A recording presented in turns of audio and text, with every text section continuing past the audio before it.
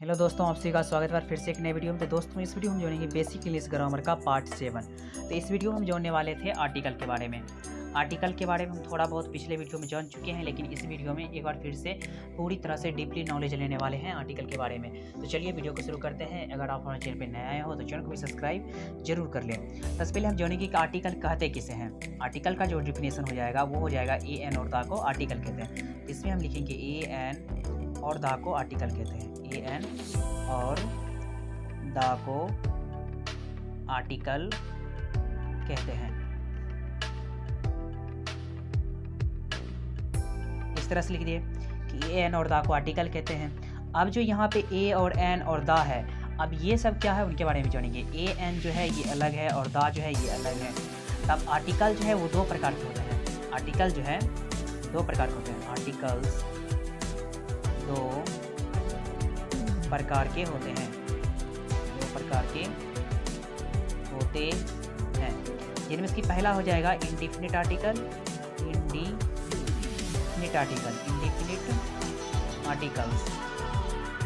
Indefinite article जो है इसके अंतर्गत ए और एन आता है। इंडिफिनिट जो आर्टिकल है इसके अंतर्गत ए और एन आएगा। दूसरा है डिफिनिट आर्टिकल।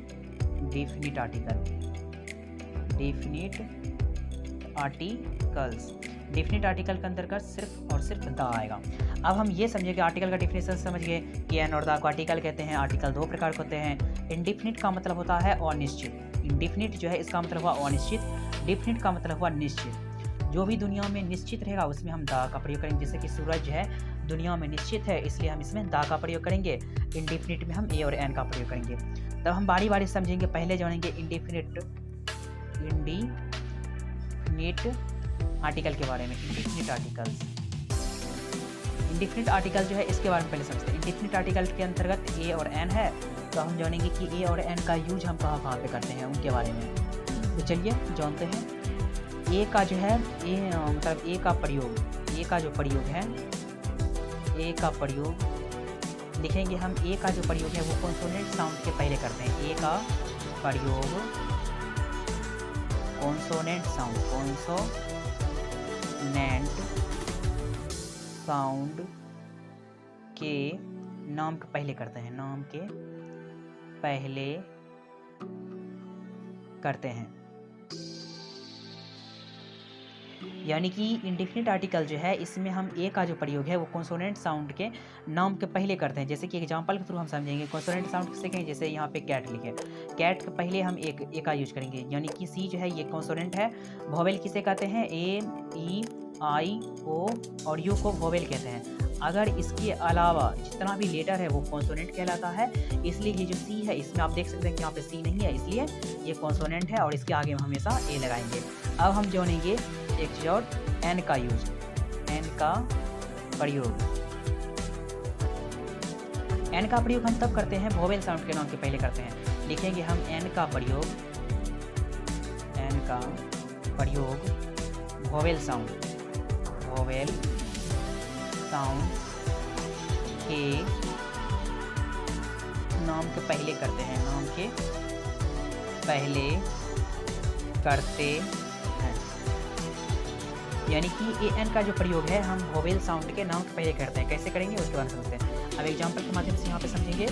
यहाँ पे एग्जांपल हो जाएगा, जैसे कि हम लिखे ऑरेंज, ORANG, ऑरेंज लिखे, इसमें हम लिखेंगे ए एन। ये हो गया इसका एक तरीका। अब इसका जो कंडीशन है ये दोनों की वोवेल और कॉन्सोनेंट के अनुसार ये ज़्यादा देर तक नहीं चलता है। यानी कि आगे जो है इसका यूज इस तरह से नहीं होता है। इसमें एक मेन इंपॉर्टेंट कंडीशन है, उसके बारे में भी जानेंगे। इसका एक ऐसा मतलब टेक्निक है जिसके माध्यम से आप आसानी से बना सकते हैं। अगर हमें हिंदी लिखने पर एक चीज़ होता है कि हिंदी लिखने पर स्वर वर्ण आएगा।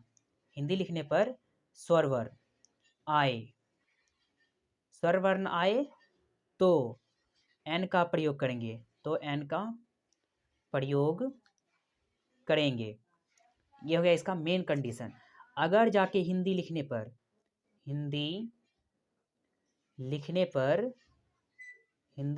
व्यंजन वर्ण आए, हिंदी लिखने पर व्यंजन वर्ण अगर व्यंजन वर्ण आएगा तो ए का प्रयोग करेंगे। व्यंजन वर्ण आए तो ए का प्रयोग करेंगे। ए का प्रयोग करेंगे कैसे, अब समझेंगे। सबसे पहले हम यहाँ पे क्या लिखे कि हिंदी लिखने पर अगर स्वर वर्ण आए, जैसे हिंदी लिखेंगे, जैसे कि यहाँ पे लिखे हम कैट, कैट लिखे तो हम समझ गए कि इसका सी है, इसलिए यहाँ पे ए लगेगा। अब कैसे ए लगेगा उनके बारे में भी जानना जरूरी है। तो कैट को हम हिंदी में लिखेंगे तो ये हो गया क का ट, कैट इस तरह से लिखें। तो ये जो क है ये है व्यंजन वर्ण, क जो है व्यंजन वर्ण है, इसलिए यहाँ पे हम ए का प्रयोग करेंगे। स्वर वर्ण जो है वो टोटल 11 है, यानी स्वर वर्ण किसको कहते हैं, अ आ से लेके री ए का जो अंतिम बिंदु है अह तक, उसको कहते हैं स्वर वर्ण। अब व्यंजन वर्ण है क ख से शुरू लेके अंतिम तक जो है वो सब व्यंजन वर्ण है। अब जैसे हम एक और एग्जांपल समझते, ये तो हो गया व्यंजन वर्ण का, ये था व्यंजन वर्ण। अब हम समझते हैं स्वर वर्ण के बारे में, जैसे कि यहाँ पे लिखे एप्पल, इस तरह से एप्पल लिखे। तो एप्पल का जब हम हिंदी करेंगे तो लिखते हैं ए पोलो, ऐसे करके ए पपोलो। तो जब अगर आपको यह वीडियो पसंद आए तो चैनल को भी सब्सक्राइब जरूर करें।